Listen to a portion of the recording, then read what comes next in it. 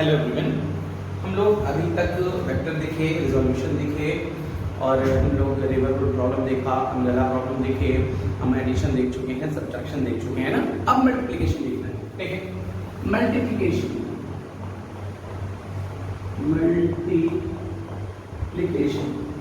ठीक है। अच्छा, किसका किसका मल्टीप्लिकेशन करना है, ठीक। इस चैप्टर में हम वेक्टर चैप्टर में जो भी फिजिकल क्वांटिटीज पढ़े हैं, दो टाइप्स के पढ़े हैं, एक स्केलर पढ़े हैं और एक वेक्टर पढ़े हैं, ठीक। हमारे पास दो चीजें पढ़ी, ठीक है। एक हम लोग स्केलर पढ़े हैं और एक हम वेक्टर पढ़े हैं, ठीक है। अच्छा, अब स्केलर में क्या है देखिएगा, बहुत सिंपल सी बात है, ठीक है। एक सबसे पहले पॉसिबिलिटी ये हो सकती है कि किसी स्केलर को किसी स्केलर से मल्टीप्लाई करें, ठीक। स्केलर का मल्टीप्लिकेशन स्केलर के साथ सिंपल सी बात है, स्केलर, ठीक है। अच्छा, अब इसका जो मल्टीप्लिकेशन है स्केलर को स्केलर के साथ मल्टीप्लाई करके स्केलर आ गया, डजंट मैटर, इसमें बहुत ज्यादा चीज नहीं है, आप लोग स्केलर इनटू स्केलर ही जनरली करते हुए हो, ठीक है। जो वेक्टर है, ठीक, अगर वेक्टर को हम इन्वॉल्व करें तो स्केलर में हम क्या मल्टीप्लाई कर सकते हैं, वेक्टर, ठीक। स्केलर में हम वेक्टर मल्टीप्लाई कर सकते हैं, ठीक है, और वेक्टर में हम वेक्टर मल्टीप्लाई कर सकते हैं। दो पॉसिबिलिटी है, ठीक। जो मल्टीप्लिकेशन है, मल्टीप्लिकेशन में सबसे पहले पॉसिबिलिटी है स्केलर में स्केलर को मल्टीप्लाई कर सकते हैं, दूसरी पॉसिबिलिटी है स्केलर को वेक्टर मल्टीप्लाई कर सकते हैं, तीसरी पॉसिबिलिटी ये है कि वेक्टर को वेक्टर से मल्टीप्लाई कर लें, ठीक। ये तीन पॉसिबल केसेस हैं। अच्छा, स्केलर में अगर स्केलर मल्टीप्लाई करोगे तो आप लोग को स्केलर ही मिलेगा, ठीक है। स्केलर में स्केलर मल्टीप्लाई करते हैं तो स्केलर मिलता है, ठीक। अगर वेक्टर और स्केलर मल्टीप्लाई करेंगे तो आपको वेक्टर ही मिलेगा, ठीक है। जैसे फोर्स है, फोर्स मान लीजिए 2i कैप है, इसमें फोर्स से मल्टीप्लाई करते हो तो 8i कैप मिलेगा, बस नहीं। लेकिन वेक्टर में अगर वेक्टर को मल्टीप्लाई करेंगे, ठीक, तो आपको स्केलर भी मिल सकता है और वेक्टर भी मिल सकता है, बस नहीं। फिर से बोल रहे हैं, स्केलर को स्केलर से मल्टीप्लाई करेंगे तो स्केलर मिलेगा, ये बहुत सिंपल है, जनरल चीजें हैं, आप लोग अभी तक ये करते आए हो, ठीक। फिर स्केलर वेक्टर मल्टीप्लाई करेंगे तो आपको वेक्टर आएगा, लेकिन वेक्टर और वेक्टर मल्टीप्लाई करेंगे, ठीक, तो आपको स्केलर भी मिल सकता है और वेक्टर भी मिल सकता है, ये हमारी पूरी पॉसिबिलिटी है। अच्छा, इसीलिए वेक्टर के मल्टीप्लिकेशन से, ठीक है, ये तो हम लोग समझ गए, बहुत सिंपल है, कुछ करना नहीं है, जो भी दिया हो वेक्टर फॉर्म में, कोई वेक्टर दिया है, मान लीजिए r = 2i cap plus 3j cap plus 4k cap, ये वेक्टर है, इसमें अगर मान लीजिए 2 से मल्टीप्लाई करना हो तो इनटू 2 कर दीजिए, डायरेक्ट आंसर आ जाएगा, ठीक है। लेकिन वेक्टर और वेक्टर के मल्टीप्लिकेशन को हमको सीखना है, ठीक। वेक्टर को वेक्टर से मल्टीप्लाई करें तो स्केलर भी आ सकता है और वेक्टर भी आ सकता है। अच्छा, अगर वेक्टर और वेक्टर के मल्टीप्लिकेशन से हमारा स्केलर आता है तो उसको कहते हैं स्केलर प्रोडक्ट, स्केलर प्रोडक्ट, बस नहीं। स्केलर प्रोडक्ट या तो डॉट प्रोडक्ट कहते हैं, लेकिन दो वेक्टर के मल्टीप्लिकेशन से अगर कहीं पे वेक्टर आता है, ठीक है, तब उसको हम लोग क्या कहते हैं, डॉट प्रोडक्ट, बस नहीं। दो बातें याद रखेंगे, ठीक। यही से चलिए, ये बहुत सिंपल है, हमको अब यही से स्टार्ट करना है, ठीक। कि दो वेक्टर के मल्टीप्लिकेशन से अगर स्केलर आता है, ठीक, तो उसको हम लोग क्या कहेंगे, स्केलर प्रोडक्ट, डॉट प्रोडक्ट, ठीक है। लेकिन सॉरी, ये मैंने उल्टा लिख दिया है, सॉरी, ठीक है। लेकिन अगर वेक्टर और वेक्टर के मल्टीप्लिकेशन से वेक्टर आता है, ठीक है, तब उसको कहेंगे हम लोग क्रॉस प्रोडक्ट, बस नहीं। ये मैंने वेक्टर लिख दिया था गलती से, ठीक है, क्रॉस प्रोडक्ट, बस नहीं, ये चीज होती है ना। तो वेक्टर और वेक्टर का दो मल्टीप्लिकेशन है, एक स्केलर प्रोडक्ट है, एक क्रॉस प्रोडक्ट है, एक डॉट प्रोडक्ट है, ठीक, इसको कर सकते हैं ना। अब हम लोग को ये स्केलर प्रोडक्ट की ही स्टडी करनी है, ठीक। तो बहुत सिंपल है, स्केलर प्रोडक्ट से स्टार्ट करते हैं, पहले ये सीखेंगे, इसके बाद फिर ये सीखते हैं, ठीक है। तो चलिए,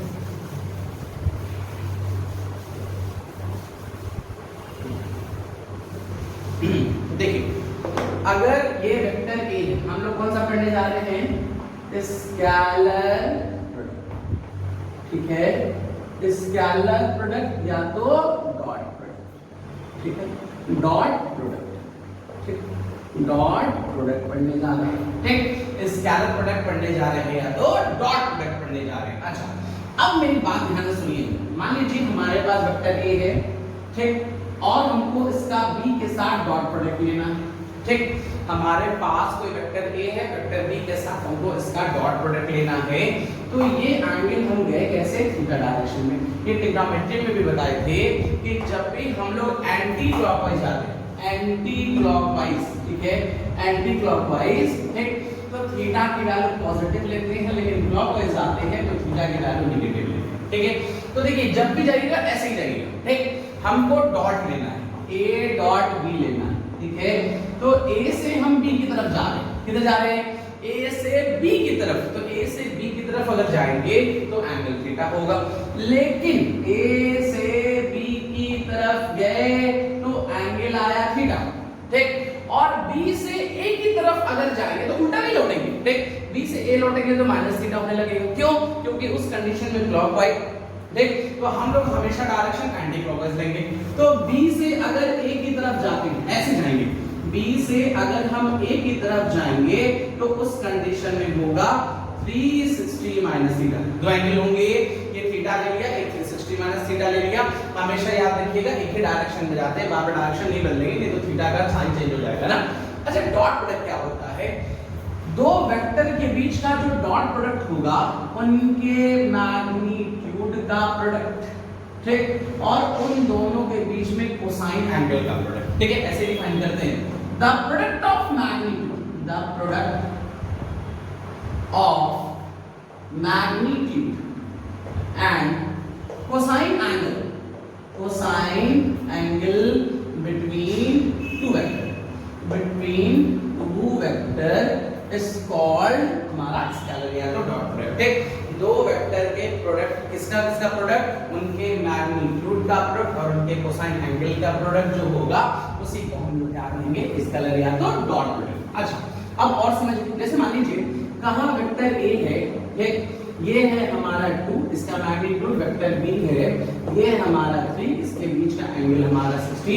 तो अगर a डॉट b निकालते हैं तो आएगा 2 into 3, यही ना, 2 into 3 into कितना, cos 60 की वैल्यू हाफ से हाफ कैंसिल बच गया था, ये आ गया। ठीक है, तो the cosine angle, the product of magnitude and cosine angle between two vector is called scalar या तो डॉट प्रोडक्ट। अच्छा, अब और बातें समझिए।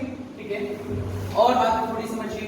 हम लोग डायरेक्शन समझ गए कि एंटी क्लॉकवाइज ही जाना है, क्लॉकवाइज जाएंगे तो हमारा कैसा होगा, नेगेटिव। और समझिएगा, ठीक है, हम लोग इतना पढ़ चुके हैं, a dot b is equal to कितना, ab cos थीटा, यहां मैंने सिर्फ मैग्नीट्यूड लिखा है। ठीक है, अच्छा ये चीज है। ठीक है, स्केलर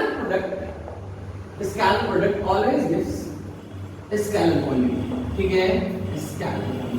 ठीक, कभी भी दो वेक्टर का अगर हम डॉट या स्केलर प्रोडक्ट लेते हैं तो डॉट या स्केलर प्रोडक्ट लेने से हमेशा जो भी फिजिकल क्वांटिटी आने वाली है वो हमेशा स्केलर ही आएगा। अब और समझिएगा मेरी बात। ठीक, देखिए मान लीजिए हम ऐसे कह रहे हैं, एग्जांपल देखते हैं इसका, एग्जांपल देखते हैं। ठीक है, अगर हमारे पास कोई बॉडी है, ठीक, हमारे पास कोई बॉडी है और इस बॉडी पे मैंने F फोर्स लगा के इसको खींचा। ठीक, ये F फोर्स जो है हॉरिजॉन्टल डायरेक्शन से कितने एंगल पे है, थीटा।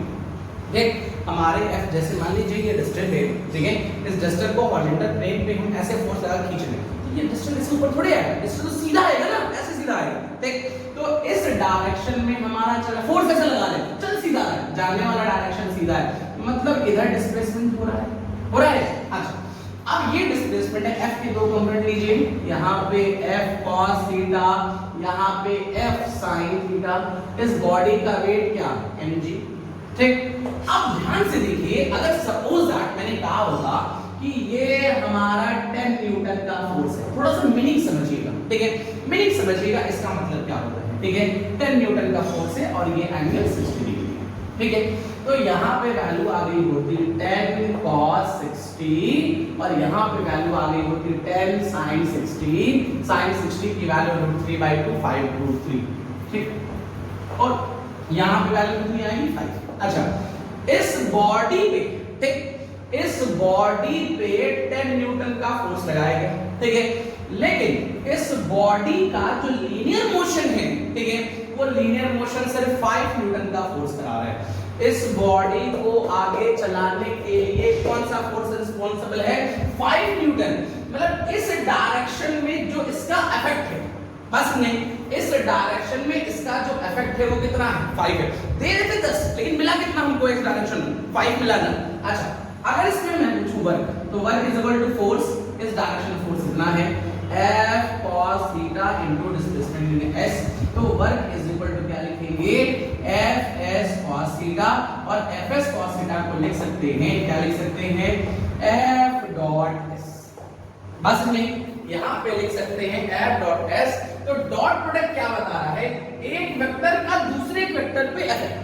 ठीक, हम फिर से बोल रहे हैं, हम डॉट प्रोडक्ट या स्केलर प्रोडक्ट क्यों लेते हैं, जब दो चीजों को मल्टीप्लाई करें और उनका आंसर हमारा क्या है स्केलर है। देख लीजिए ये वेक्टर है, ये वेक्टर है, ठीक, या ये वेक्टर है, ये वेक्टर है, ये क्या है स्केलर है, ठीक है। ये लेके या तो एक फिजिकल क्वांटिटी का दूसरे फिजिकल क्वांटिटी या एक वेक्टर का दूसरे वेक्टर पे इफेक्ट जानना होगा, तो उस कंडीशन में हम डॉट प्रोडक्ट या तो स्केलर प्रोडक्ट लेंगे। तो इसीलिए वर्क इज इक्वल टू लिखते हैं F डॉट s, ठीक है। इसी तरह जब भी याद रखेंगे स्केलर आएगा, ठीक, तो हमेशा डॉट प्रोडक्ट या तो स्केलर प्रोडक्ट लेंगे, ठीक है। चलिए ये एग्जांपल भी होगी, ठीक है, और इसमें बातें करते हैं। चलिए और बात कर लेते हैं। जैसे कहा, मान लीजिए ये A है, ये B है, ठीक है, ये एंगल थीटा है, तो ये एंगल कितना होगा 360 माइनस थीटा होगा, ठीक। अगर A का B के साथ डॉट प्रोडक्ट लेते हैं तो ये वैल्यू आती है A की cos थीटा, लेकिन B का A के साथ प्रोडक्ट लेते हैं तो ये वैल्यू आती है B A cos 360 minus theta. cos 360 minus theta को हम लोग ट्राई करिए सब, ये 2 पाई होता है तो चेंज नहीं होता है, cos का cos रहेगा। ये कौन से क्वाड्रेंट में है, ये फोर्थ क्वाड्रेंट में है, तो ये वैल्यू पॉजिटिव होगी cos, तो ये आ गया B A cos थीटा, ठीक। और B A लिखिए चाहे A B लिखिए, ये तो मैग्नीट्यूड है ना, ठीक है।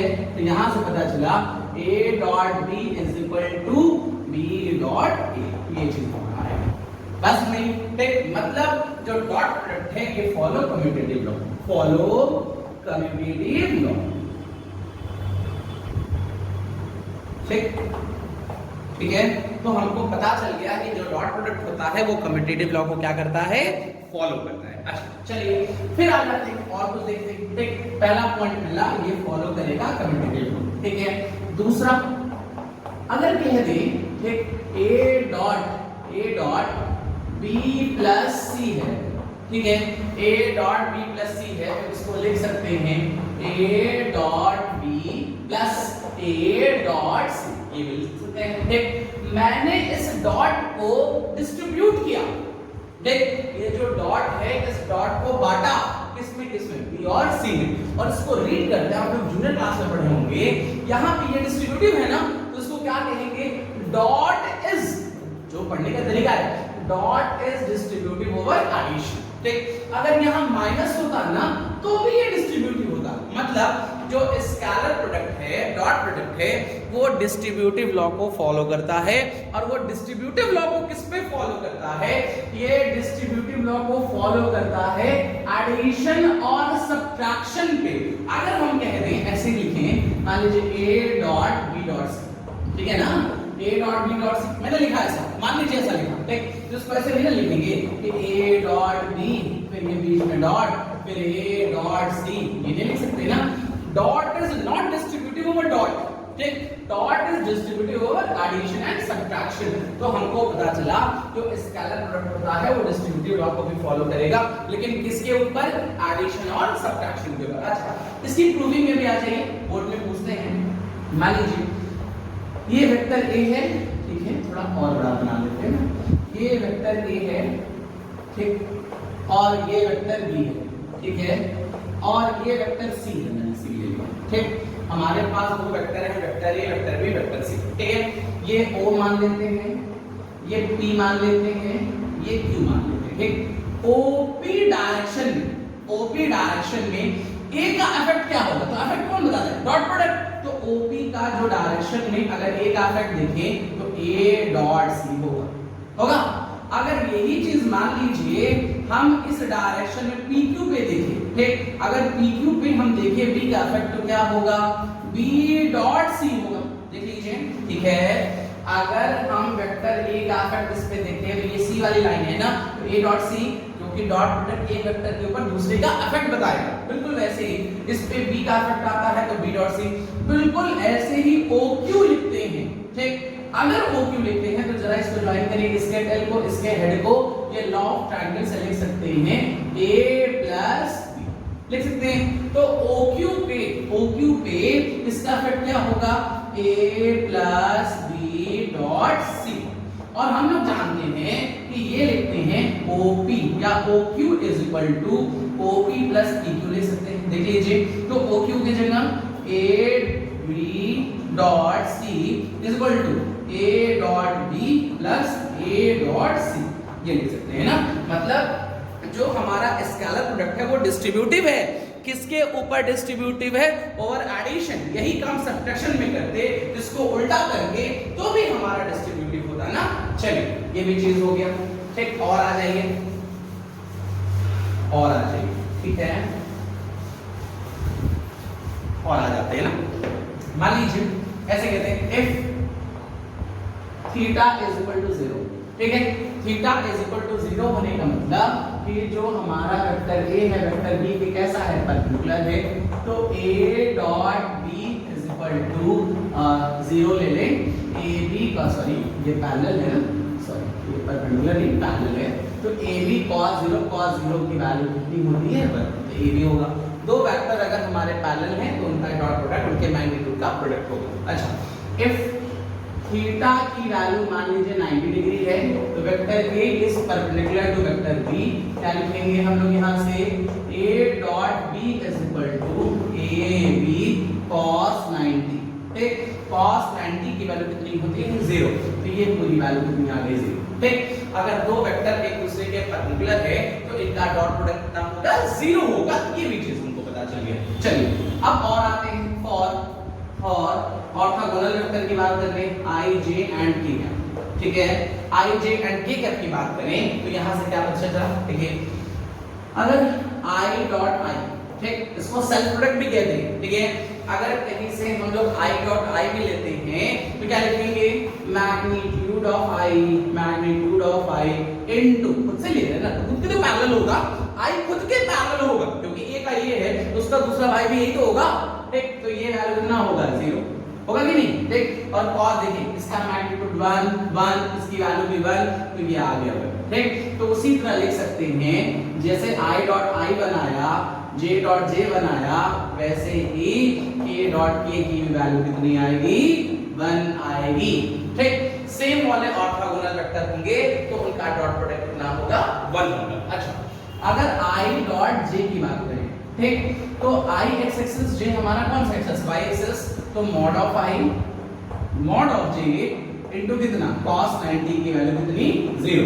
और हम लोग जानते हैं स्केलर प्रोडक्ट क्या होता है, डॉट को फॉलो, कम्यूटेटिव लॉ को फॉलो करता है। तो i डॉट j को लिख सकते हैं j डॉट i, उसी तरह i j डॉट k बिल्कुल सेम।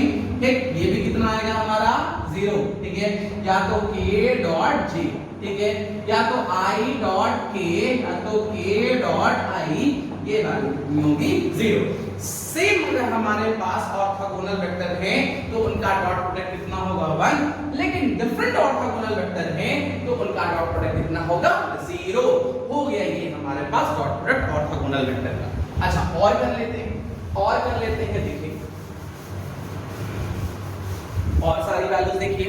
मान लीजिए हम ऐसे कहें a इज इक्वल टू, ठीक है, a1 i क्या, a2 j क्या, ठीक है, a3 k क्या, और हम कह दें vector b is equal to b1 i क्या, b2 j क्या, और कितना, b3 k क्या। ठीक, अब हम पूछें a डॉट b, ठीक, डायरेक्ट हम पूछें, ठीक है, हमको इनका मल्टीप्लिकेशन करना है तो ऐसे लिखते हैं a1 i cap, a2 j cap, a3 k cap, फिर b1 i cap, b2 j cap, b3 k cap.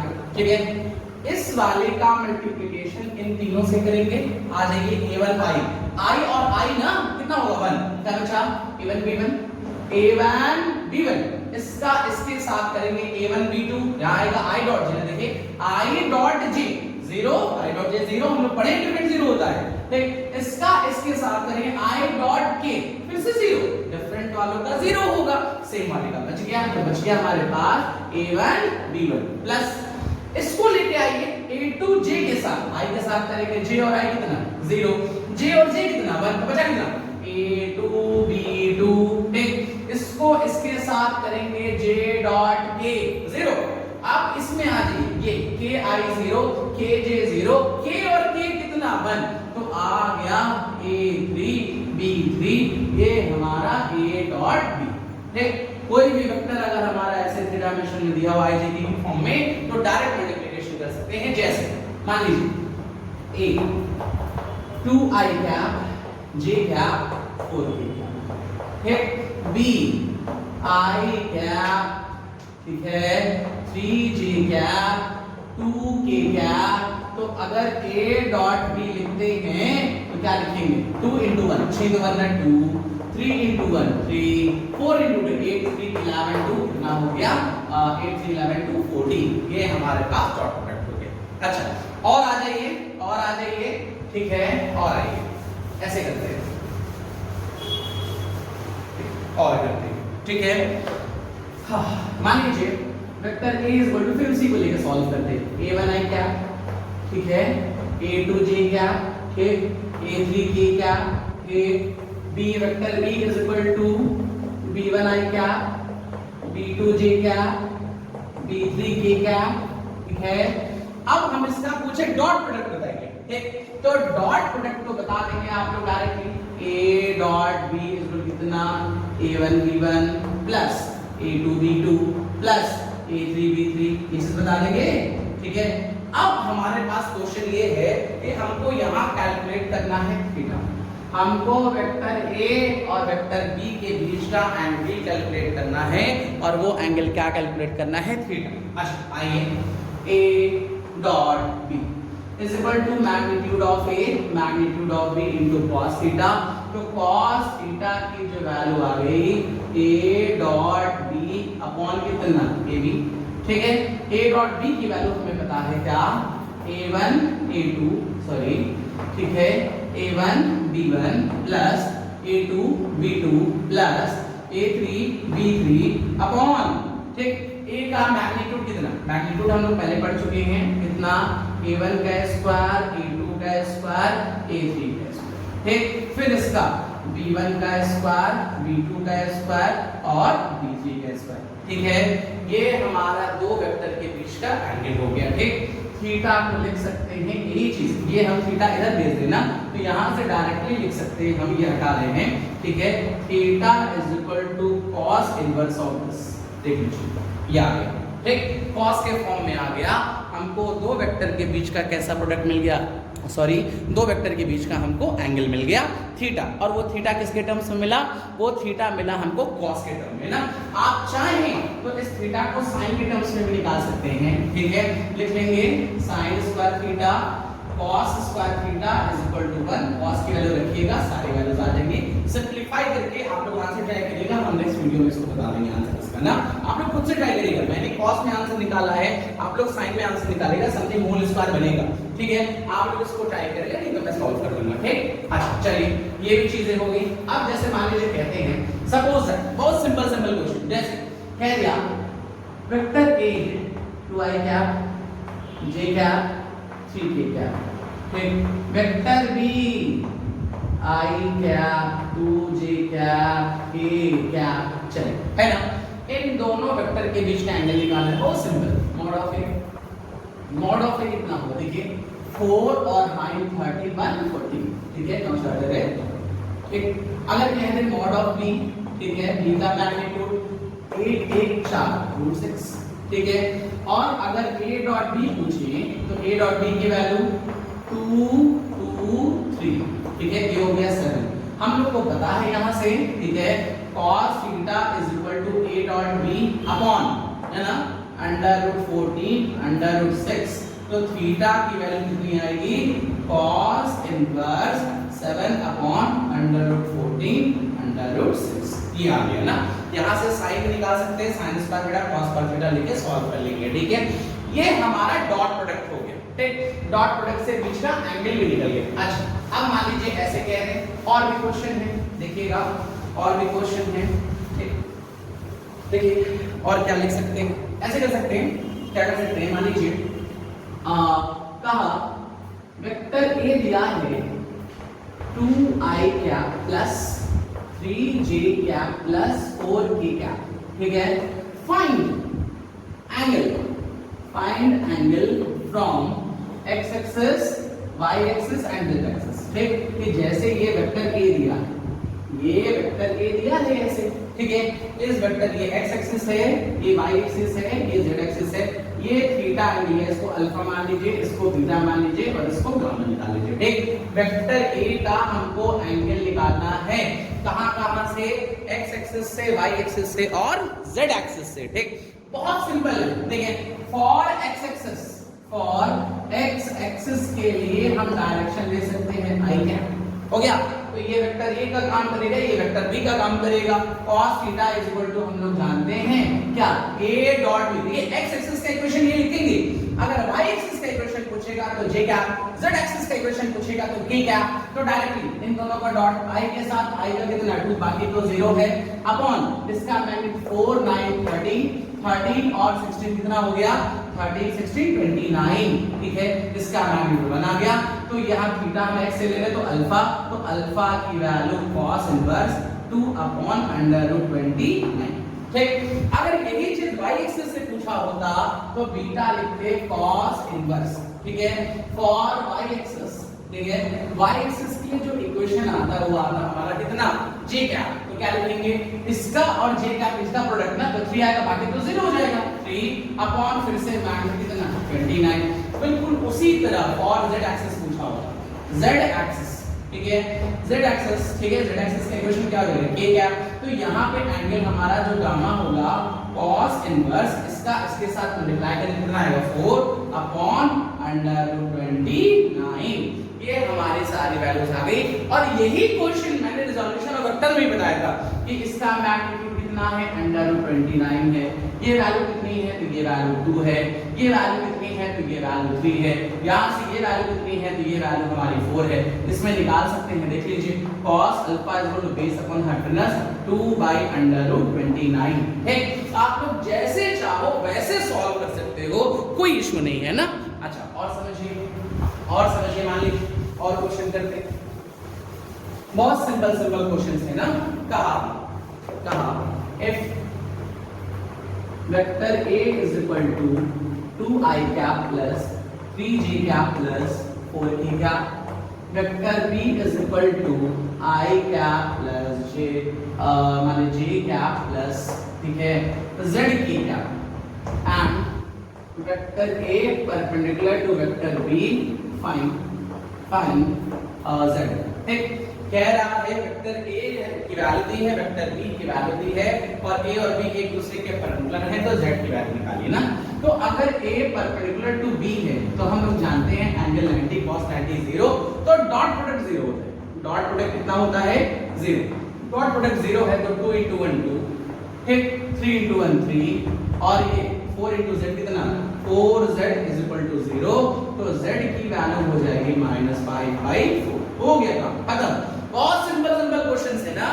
एक बार डॉट प्रोडक्ट जिसने सीख लिया वो बहुत इजीली सारे क्वेश्चन लगा लेगा, बहुत इजी क्वेश्चन है। जैसे और कहा क्वेश्चन, और कहा जैसे कहा कह रहा है, एक अच्छा क्वेश्चन ले रहे हैं, ठीक है, एक बहुत अच्छा क्वेश्चन ले रहे हैं। कह रहा है if vector r is equal to xi cap plus yj cap, ठीक, at angle theta from x axis, find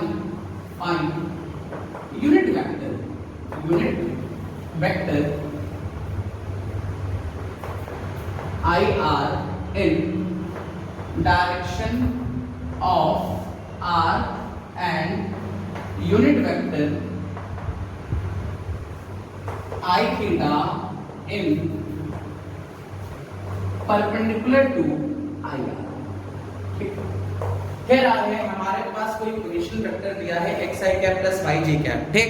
और ये जो पोजीशन वेक्टर है कितने एंगल पे है, थीटा एंगल पे है, ठीक है।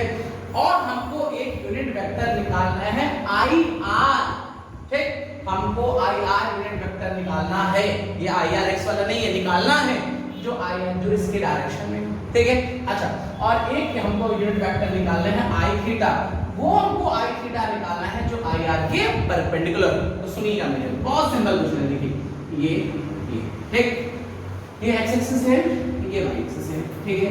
ये पोजीशन वेक्टर दिया है आर, ठीक, आर की वैल्यू है एक्स आई कैप प्लस वाई जे कैप, और ये कितने एंगल पे है, थीटा एंगल पे, ठीक, एक्स आई कैप प्लस वाई जे कैप, और ये एंगल कितने पे है, थीटा एंगल पे है।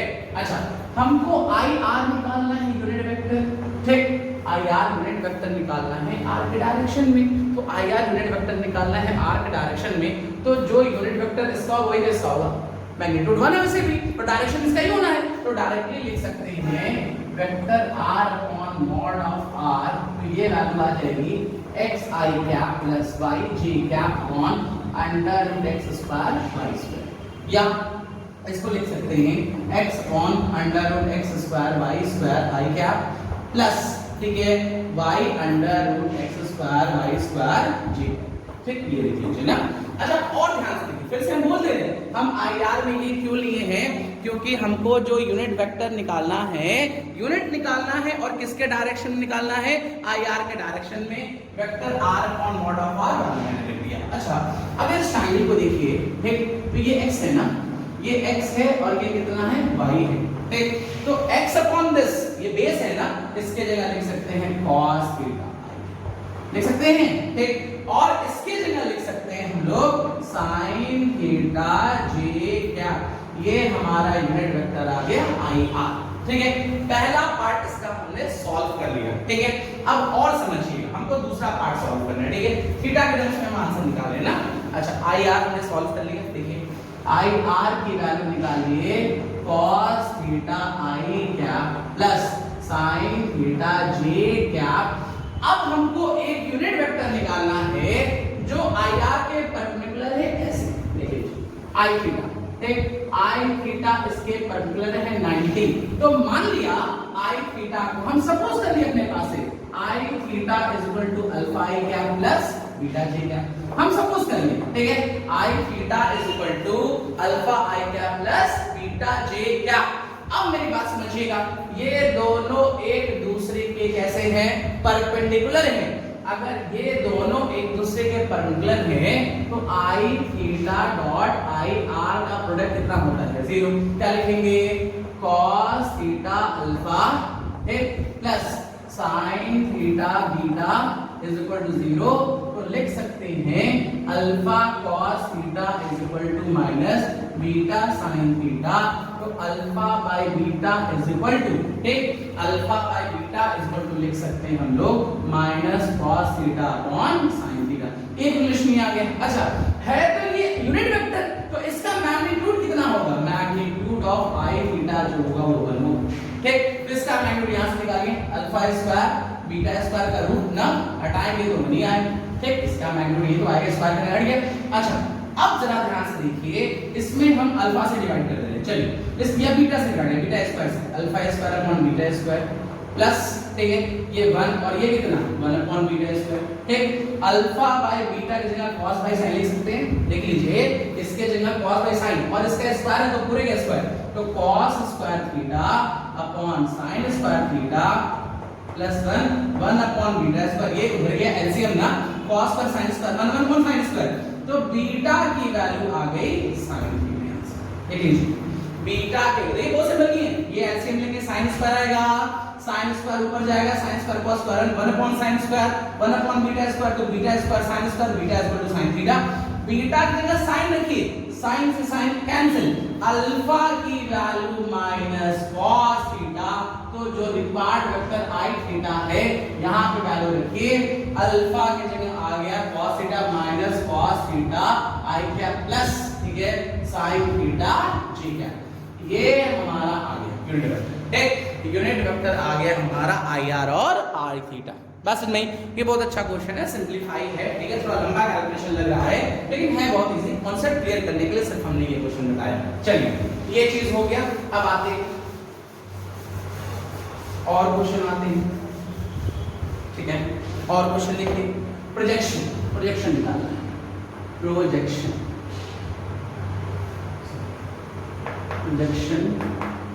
Of vector B on A, projection of vector B on A। मान लीजिए अगर ये हमारा वेक्टर A है और ये हमारा वेक्टर B है और ये एंगल थीटा है, ठीक, हमारे पास वेक्टर A है, वेक्टर B है, हमको प्रोजेक्शन ऑफ B निकालना है। B का प्रोजेक्शन किसके ऊपर? A के ऊपर। B का प्रोजेक्शन, B का इफेक्ट किसके ऊपर? A के ऊपर। ये तो चाहिए हमको। तो B का A के इफेक्ट, ठीक, B का इफेक्ट A के ऊपर मतलब यही तो कह रहे हैं, projection of vector B on vector A। B का इफेक्ट A पे, B का प्रोजेक्शन A पे, B की परछाई A पे, B का शैडो A पे, तो यहाँ पे आएगा क्या? यहाँ आएगा B cos थीटा। देख लीजिए थीटा जुड़ा है ना, तो ये आ जाएगा B cos थीटा। ठीक, अगर यही कहें projection of A on B तो हम क्या कहेंगे? A cos theta. ठीक, और सिंपलीफाई देखिए, ऐसे लिख सकते हैं आप A dot B is equal to AB cos theta. ठीक, और B cos थीटा की वैल्यू लिख सकते हैं A डॉट B अपॉन ठीक A। ठीक है, तो लिखेंगे B डॉट, ठीक है, A डॉट इसको क्या लिख सकते हैं? यूनिट वेक्टर लिख सकते हैं ना, या तो यहां से लिख सकते हैं A cos थीटा की वैल्यू ले सकते हैं वेक्टर A B, ठीक, ये तो लिखेंगे अपॉन, ठीक है, हम A की वैल्यू लिख रहे हैं ना, तो upon B cos theta, sorry, ठीक है, अपॉन वेक्टर क्या, ये क्या हो जाएगा? ठीक है, अगर हम A cos थीटा की वैल्यू यहां से निकालते हैं तो A dot B upon B, तो ये लिखेंगे A, ठीक है, वेक्टर B लिख सकते हैं या वेक्टर A लिख सकते हैं और B का हमारा फील्ड वेक्टर। ठीक, यही सिंपल है। Projection of B on A मतलब B cos theta, projection of A on B मतलब A cos थीटा। क्या ऐसे याद रख लीजिए, देखिए मैग्नीट्यूड B का, ठीक, किसके ऊपर निकालने हैं? A के ऊपर। जिस पे निकालेंगे उसका डायरेक्शन लेंगे। ठीक, A पे निकाल रहे हैं तो A का डायरेक्शन ले रहे हैं, बाकी दूसरे का मैग्नीट्यूड। B पे निकाल रहे हैं तो B का डायरेक्शन ले रहे हैं। जैसे मान लीजिए हम कह दिए, ठीक है, ये दिया है 2i क्या, 3j क्या, 4k क्या, ठीक, ये दिया है i plus j plus k, ठीक, ये दिया है वेक्टर मान लीजिए A, ये दिया है वेक्टर B। ठीक, तो projection of vector A on B, ठीक, हम A पे प्रोजेक्शन निकाल रहे हैं, किसका? B का। ठीक है, A पे निकाल रहे हैं B का मतलब डायरेक्शन किसका? A का, या तो हम लोग cos थीटा से भी डायरेक्ट कर सकते हैं, यही बात कह रहे हैं। ठीक है, वैल्यूज डायरेक्ट रखिए। अगर इसका इसके ऊपर इफेक्ट निकालें, ठीक है, A का प्रोजेक्शन B पे, A का प्रोजेक्शन B पे निकाले तो A cos थीटा चाहिए। ठीक, A cos थीटा का मतलब हमको क्या चाहिए? वेक्टर A डॉट, ये तो चाहिए B का यूनिट वेक्टर, मतलब B पे निकाल रहे हैं ना, जिस पे निकालेंगे उसका डायरेक्शन। ठीक, तो A का मैग्नीट्यूड क्या ले लें? I प्लस I का सॉरी A का मैग्नीट्यूड ना, तो अंडर रूट 1 स्क्वायर रूट 3, और अगर इसका डायरेक्शन ले लें तो ये चीज कितना हो जाएगा हमारा? 2i cap plus 3j cap plus 4k cap upon 4i 13 और 16 कितना हो गया? 29। ये हमारा आंसर आया। ठीक, आप लोग A cos थीटा से याद करिए, B cos थीटा से याद करिए, एंगल डायरेक्शन याद करिए। फिर से बोले, B का प्रोजेक्शन निकाल रहे हैं A पे तो B cos थीटा, A का प्रोजेक्शन निकाले तो A cos थीटा, और अगर B का प्रोजेक्शन निकालेंगे किस पे? जिस पे निकालेंगे उसका डायरेक्शन लेंगे। A पे निकाले तो A का डायरेक्शन, अगर हम B पे निकाले तो B का डायरेक्शन। यही हमारा कहता है projection of B on vector A, ये चीज है। और देख लीजिए, ठीक, मान लीजिए कह दें A is equal to I plus j, D is equal to I plus 2j। ठीक, A का प्रोजेक्शन निकालें, ठीक, ए का प्रोजेक्शन निकालेंगे। देखिए मेरे वर्ड पे ध्यान दीजिएगा, projection of A on B, और जिस पे निकालेंगे उसका डायरेक्शन मतलब उसका यूनिट वेक्टर लेंगे और दूसरे का मैग्नीट्यूड, काम खत्म। तो ए का मैग्नीट्यूड कितना √2 और बी का यूनिट वेक्टर कितना I + 2j क्या अपॉन 4 1 5 आ गया आंसर। ये हमारा प्रोजेक्शन ऑफ हो गया, projection of B on A, projection of A on B. तो ओवरऑल आज ये डॉट प्रोडक्ट हम लोग देखे हैं या स्केलर प्रोडक्ट। नेक्स्ट वीडियो में हम लोग इसके कुछ क्वेश्चन देखेंगे, या तो हम लोग क्रॉस प्रोडक्ट देख लेंगे और डॉट और क्रॉस का एक साथ हम लोग क्वेश्चन देख लेंगे ना। कोई भी दिक्कत होगी तो आप कमेंट में बता दीजिएगा, हम उसको फिर से सॉल्व कर देंगे। चलिए थैंक यू।